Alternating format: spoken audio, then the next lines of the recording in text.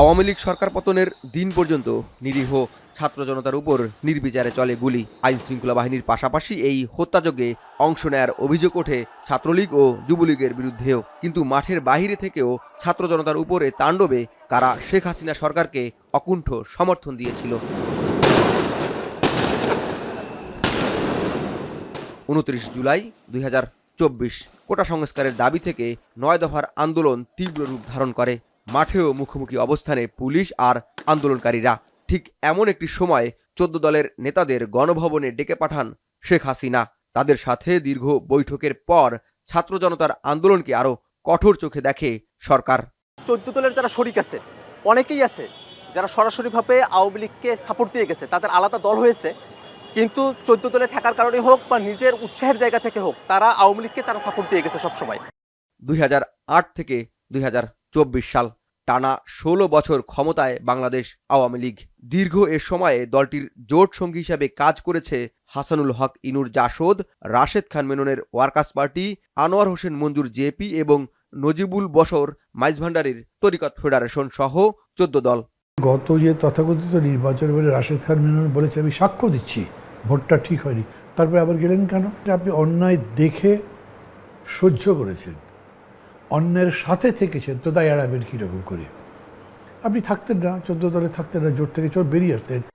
আওয়ামী লীগের শরিক দলের অংশ হিসেবে জাসদ সভাপতি হাসানুল হক ইনুকে 2012 সাল থেকে 2019 সাল পর্যন্ত দেয়া হয় তথ্য মন্ত্রণালয়ের দায়িত্ব। প্রথম সারির কয়েকটি টেলিভিশন ও পত্রিকা বন্ধ করার মাধ্যমে গণমাধ্যমের স্বাধীনতা হরণের অভিযোগও রয়েছে তার বিরুদ্ধে। মহাজোট সরকারের পর দুটি মন্ত্রণালয়ের দায়িত্বে ছিলেন রাশেদ খান মেনন। ছাত্রদের উপর নির্বিচারে গুলি চালানোর পিছনে 14 দলের এসব নেতাদের মুখ্য ভূমিকা আছে বলে মনে করেন বৈষম্য বিরোধী ছাত্র আন্দোলনের নেতারা। 14 দলের যারা সবাই এটার সাথে ইনক্লুডেড, তারা সবাই এটাকে এই যে আমাদের পুরো আন্দোলনটিকে আসলে মানে ধামাচাপা দেওয়ার জন্য এবং আওয়ামী লীগকে আরো রেডিক্যাল করার জন্য আমাদের উপরে হামলা চালানোর জন্য প্রেশার ক্রিয়েট করেছে। সো এই পুরো প্রেশার গ্রুপটাই এটার জন্য দায়ী। শিক্ষার্থীরা যখন আন্দোলন করছে সেই সময়টাতে গত 29 তারিখ আমরা দেখেছি ইনু, মেনন, মঞ্জু এরা মিলে 14 দলের সবাই মিলে তারা মিটিং করেছে। সেখান থেকে বেরিয়ে এসে শিক্ষার্থীদেরকে জঙ্গি সাব্যস্ত করার মতো বক্তব্য তারা দিয়েছে। তাদের সকলকে বাংলাদেশের আইন অনুযায়ী সর্বোচ্চ বিচারের মুখোমুখি তাদেরকে করতে হবে। আন্দোলন দমন করবার জন্য চূড়ান্ত অমানবিক ও মানবতা বিরোধী কাজে আওয়ামী লীগের সাথে এর শরিক দলগুলো জড়িত। তাই দলগুলোর দায় এড়ানোর কোনো সুযোগ নেই বলছেন এই নেতা।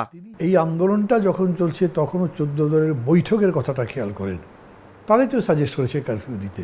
দায় তারা তো কোনোভাবে এড়াতে পারেন না, কারণ তারা এটার সাথে ছিলেন, শেয়ার করেছেন। সর্বশেষ আন্দোলন দমন করবার জন্য সরকার যে একদম চূড়ান্ত অমানবিক কাজগুলো করেছেন, মানবতা বিরোধী, এগুলোকে তারা তো অ্যাপ্রুভ করেছেন। 14 দলের মিটিংয়ের যে রিপোর্ট বাইরে এসছে তাই বোঝায়। তো এটা কিভাবে তারা এড়াবেন? এটা এড়াবার কোনো সুযোগ নেই। এমন অবস্থায় আওয়ামী লীগ ও 14 দলের রাজনৈতিক ভবিষ্যৎ নিয়েও উঠেছে প্রশ্ন।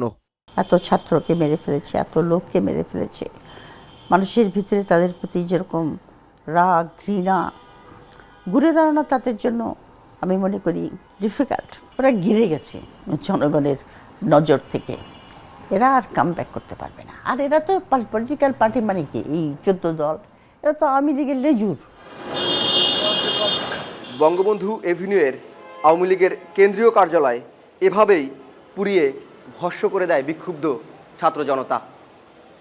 সরকার পতনের খবর সারা দেশে ছড়িয়ে পড়তেই আত্মগোপনে যেতে থাকে আওয়ামী লীগ ও এর শরিক দলের নেতাকর্মীরা।